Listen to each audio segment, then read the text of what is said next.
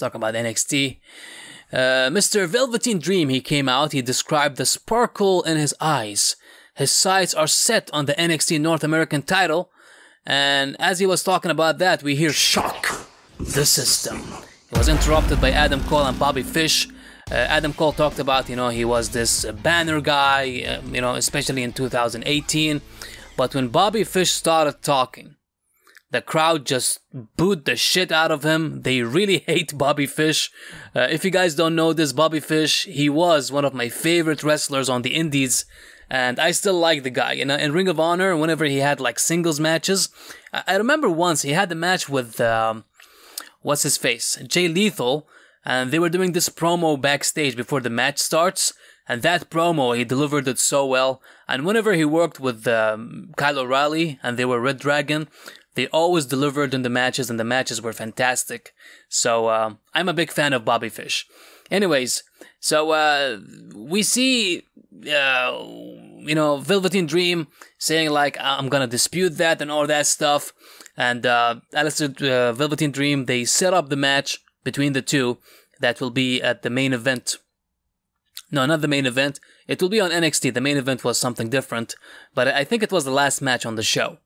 Only Lorcan and Danny Burch, they defeated Marcel Bartel and Fabian Eichner in a fantastic match. I don't want to say fantastic, but it was a great match. I would easily rate it like, 4 out of 5, 4 stars, Dave Meltzer style.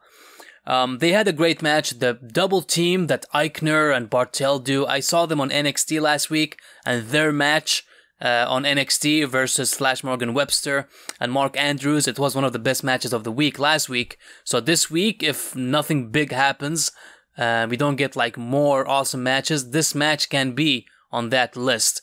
This was great. Lorcan and Burch, they won the match. But they won it with the Schoolboy, so I think they will do a rematch very soon. And I don't mind seeing the rematch, I think it will be great. Io Shirai and Kairi Sane, my favorite female tag teams in the world, they defeated Tania Brooks, who is Rebel from Impact. I mean, she has an awesome ass, man. Her ass is just mwah. And Amber Nova, basically they were treated as jobbers. They had some offense in the match, but at the end, Io Shirai and Kairi Sane, they did this double team and they won the match.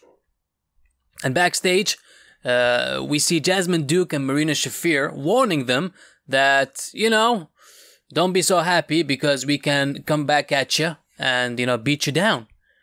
They already had the match before, but I think it was Kairi Sane and Dakota Kai where they defeated these two. But this match will be taped before NXT TakeOver, so the match can be good. Actually, the match can be real good. But Jasmine Duke and Marina Shafir, they have to step up as the NXT TakeOver crowd. They're brutal, and they should be good in the match. Velveteen Dream defeated Bobby Fish, in which I thought the match was fine. I mean, some people hated it because there was a lot of distraction in the match. But no. We see a 3 count after a purple Rainmaker from the Velveteen Dream. And Adam Cole was just looking at Dream and, saying like, what the fuck just happened? Because he was trying to distract him to make Bobby Fish win the match. But that didn't work. So the go-home angle, before they finished the show, it was the NXT North American Champion Ricochet. He cut a promo in the ring talking about Johnny Gargano, and Johnny Gargano came out, they brawled, and as they were brawling, we see Tommaso Ciampa coming out, to help Johnny Gargano, and then Aleister Black comes out to even the odds. They did that, but at the end, Aleister and Johnny Gargano, they got the better of it, and as they were walking the ramp, going onto the stage, we see Tommaso Ciampa raising his hand, not raising, like holding his hand, and telling Johnny Gargano to shake his hand. To say like DIY, they are back together again.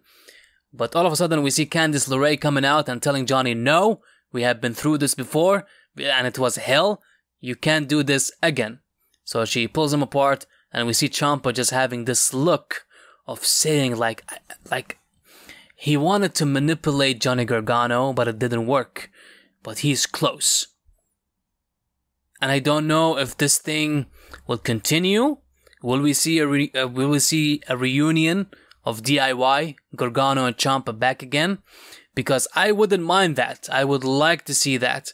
And I don't want it to be a turn of Gargano turning on Aleister Black or something, because I think that will be too wacky. Like, they should be back together. One of them should help the other guy out. Either,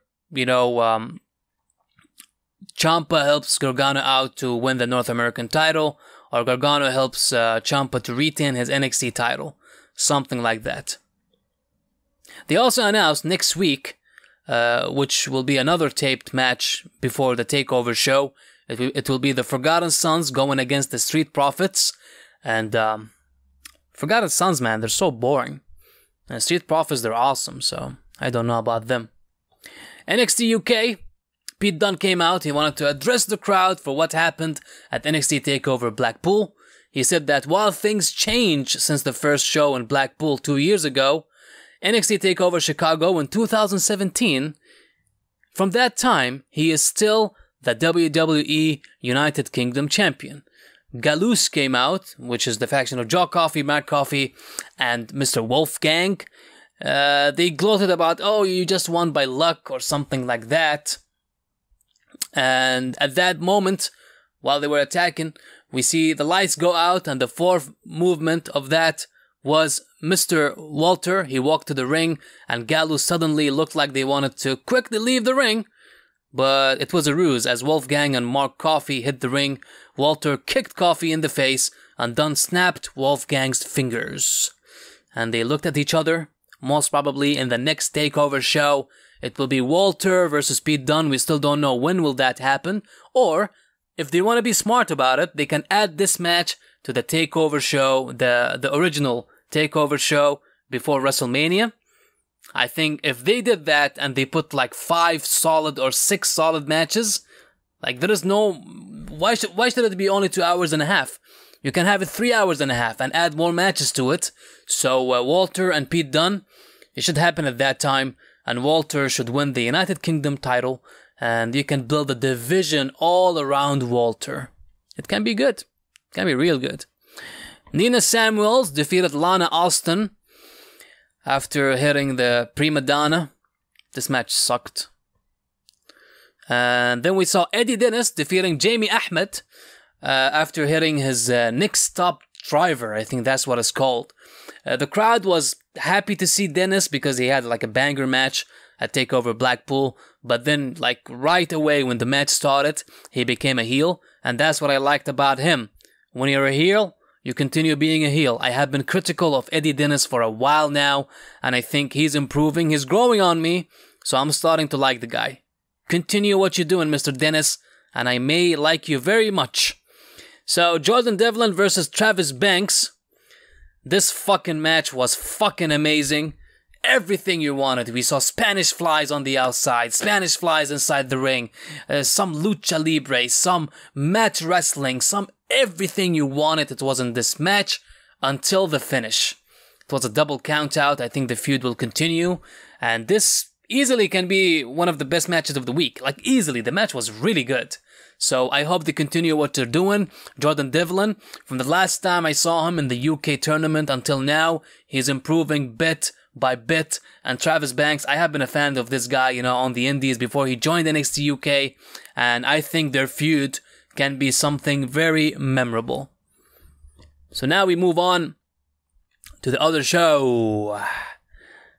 Before I talk about 205 Live, let me talk about the next week's show. It will be Mustache Mountain facing Marcel Bartel and Fabian Eichner, and also Walter will make his in-ring debut on the NXT UK show.